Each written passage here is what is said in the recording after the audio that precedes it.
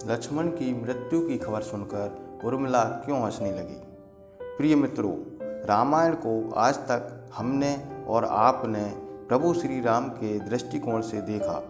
लक्ष्मण को देखा, देवी सीता को जाना, हनुमान के भक्ति भाव को जाना, रावण के ज्ञान को पहचाना, लेकिन कभी यह नहीं ध्यान दिया कि इस रामायण में अगर कोई सबसे अधिक उपेक्षित और अनदेखा पात्र था तो वह थी लक्ष्मण की पत्नी और माता सीता की बहन उर्मिला। प्रिय मित्रों, आप सभी जानते हैं कि लक्ष्मण की पत्नी उर्मिला थी। जब लक्ष्मण जी प्रभु श्री राम और माता सीता के साथ वन जा रहे थे तब वह उन्हें देखते रह जाती हैं और उर्मिला को लक्ष्मण जी अपने साथ वन में यह कहकर नहीं ले जाते कि वन में मैं प्रभु श्री राम और माता सीता की सेवा करूंगा और यदि तुम मेरे साथ वन में चलोगी तो मेरा ध्यान सेवा से भटक जाएगा, इसलिए तुम घर पर रह करके माता कौशल्या का ध्यान रखो, क्योंकि प्रभु श्री राम और माता सीता के जाने से वह अकेली पड़ गई हैं। उनका तुम्हें और अयोध्या का तुम्हें ध्यान रखना है।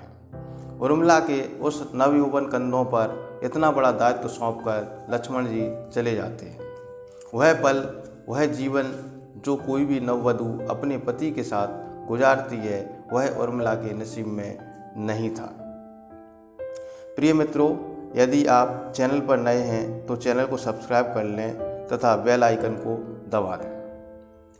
प्रिय मित्रों, सबसे विकट क्षणों में भी उर्मिला आंसू न बहा सकी, क्योंकि उनके पति लक्ष्मण ने उनसे एक और वचन लिया था कि वह कभी आंसू न बहाएंगी, क्योंकि अगर वह अपने दुख में डूबी रहेंगी तो परिजनों का ख्याल नहीं रख पाएंगे। यह कोई कल्पना कर सकता है कि अपने पति को 14 वर्षों के लिए अपने से दूर जाने देना और उसकी विदाई पर आंसू भी ना बहाना किसी भी औरत के लिए बहुत कठिन और कष्टकारी होता है।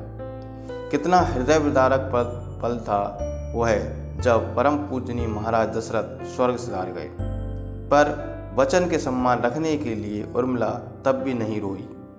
जब महाराज जनक अपनी पुत्री को मायके अर्थात मिथिला ले जाना चाहते थे ताकि माँ और सखियों के साथ में उर्मिला का पति वियोग दुख कुछ कम हो सके, परंतु उर्मिला ने यह कहकर मिथिला जाने से मना कर दिया कि अब पति के परिजनों के साथ रहना और दुख में उनका साथ न छोड़ना ही उसका धर्म है। प्रिय मित्रों, लंका में जब राम रावण युद्ध चल रहा था, उस युद्ध के दौरान लक्ष्मण को शक्ति लग जाती है और वह मूर्छित होकर जमीन पर गिर जाती हैं। यह देखकर वानर सेना डर जाती है और प्रभु श्री राम दुखी हो जाते हैं, रोने लगते हैं, विलाप करने लगते हैं और कहते हैं कि मैं तुम्हारे बिना अयोध्या कैसे लौट कर जाऊँगा, मैं सुमित्रा माँ को अपना मुंह कैसे दिखाऊंगा। तब विभीषण कहते हैं कि भगवान लक्ष्मण का उपचार लंका के राजपैर सुसैन कर सकते हैं। यह सुनते ही हनुमान जी लंका में प्रवेश कर जाते हैं और वैदराज सुसैन को सोते हुए खटिया सहित उठा लाते हैं। जब वैदराज सुसैन देखते हैं कि मैं तो श्री राम के पड़ाव में आ गया हूँ, तब वह डर जाते हैं और विभीषण से कहते हैं, मुझे इस तरह यहाँ क्यों बुलाया गया है। तब विभीषण वैदराज सुसैन से लक्ष्मण का उपचार करने के लिए कहते हैं। इस पर वैदराज सुसैन कहते हैं, मैं इनका उपचार नहीं कर सकता, यह लंका के शत्रु हैं। इस पर विभीषण कहते हैं, वैद्य का कोई शत्रु और कोई मित्र नहीं होता, रोगी का उपचार करना ही वैद्य का सबसे बड़ा धर्म है।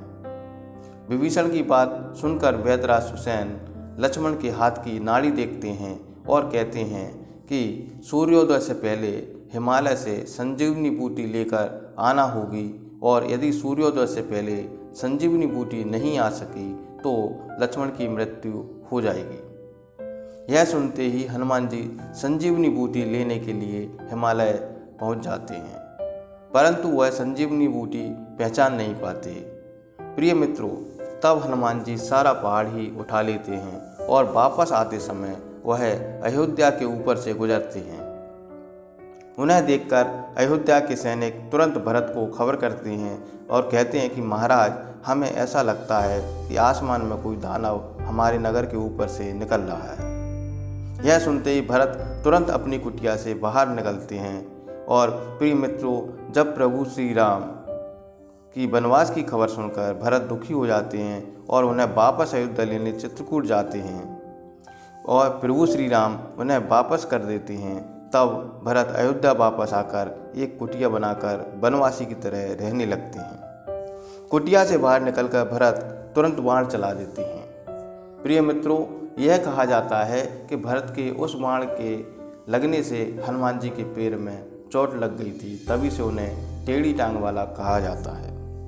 बाण लगते ही हनुमान जी पर्वत सहित जमीन पर जय श्री राम कहते हुए गिर पड़ते हैं। जब भरत जय श्री राम सुनते हैं तो दौड़कर वह हनुमान जी के पास आ जाते हैं और घर के सभी लोग भी आ जाते हैं। भरत हनुमान जी के पास आते हैं और पूछते हैं, महानुभाव, आप कौन हैं जो जय श्री राम कह रहे हैं? तब हनुमान जी कहते हैं कि मैं प्रभु श्री राम का भक्त हूँ। यह सुनकर भरत दुखी हो जाते हैं और कहते हैं कि मेरे अपराध को क्षमा करें, मैंने भूलवश आपको दानव समझ लिया। मैं प्रभु श्री राम का भाई भरत हूँ। आप कहाँ से आ रहे हैं और कहाँ जा रहे हैं? तब हनुमान जी भरत को सारा वृत्तांत सुनाते हैं कि लंका नरेश रावण माता सीता का हरण करके ले गया था और युद्ध के दौरान लक्ष्मण भैया को शक्ति लग गई है। वह मूर्छित अवस्था में प्रभु श्री राम की गोद में सो रहे हैं। उनके प्राणों की रक्षा के लिए मैं संजीवनी बूटी लेने हिमालय गया था, परंतु मैं संजीवनी बूटी को पहचानता नहीं हूँ, इसलिए यह पूरा पहाड़ लेकर जा रहा हूँ। यदि मैं सूर्योदय से पहले संजीवनी बूटी लेकर लंका नहीं पहुँचा तो लक्ष्मण भैया के प्राण संकट में आ जाएंगे और उनकी मृत्यु हो सकती है।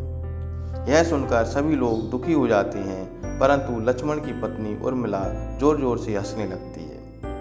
यह देखकर सभी लोग आश्चर्यचकित हो जाते हैं कि लक्ष्मण की मृत्यु की बात सुनकर उर्मिला क्यों हंसने लगी। तब सभी लोग उर्मिला से उसके हंसने का कारण पूछते हैं। तब वह कहती है कि लक्ष्मण स्वयं शेषनाग का अवतार हैं और वह श्री हरि की गोद में हैं, तो उनकी मृत्यु कैसे हो सकती है।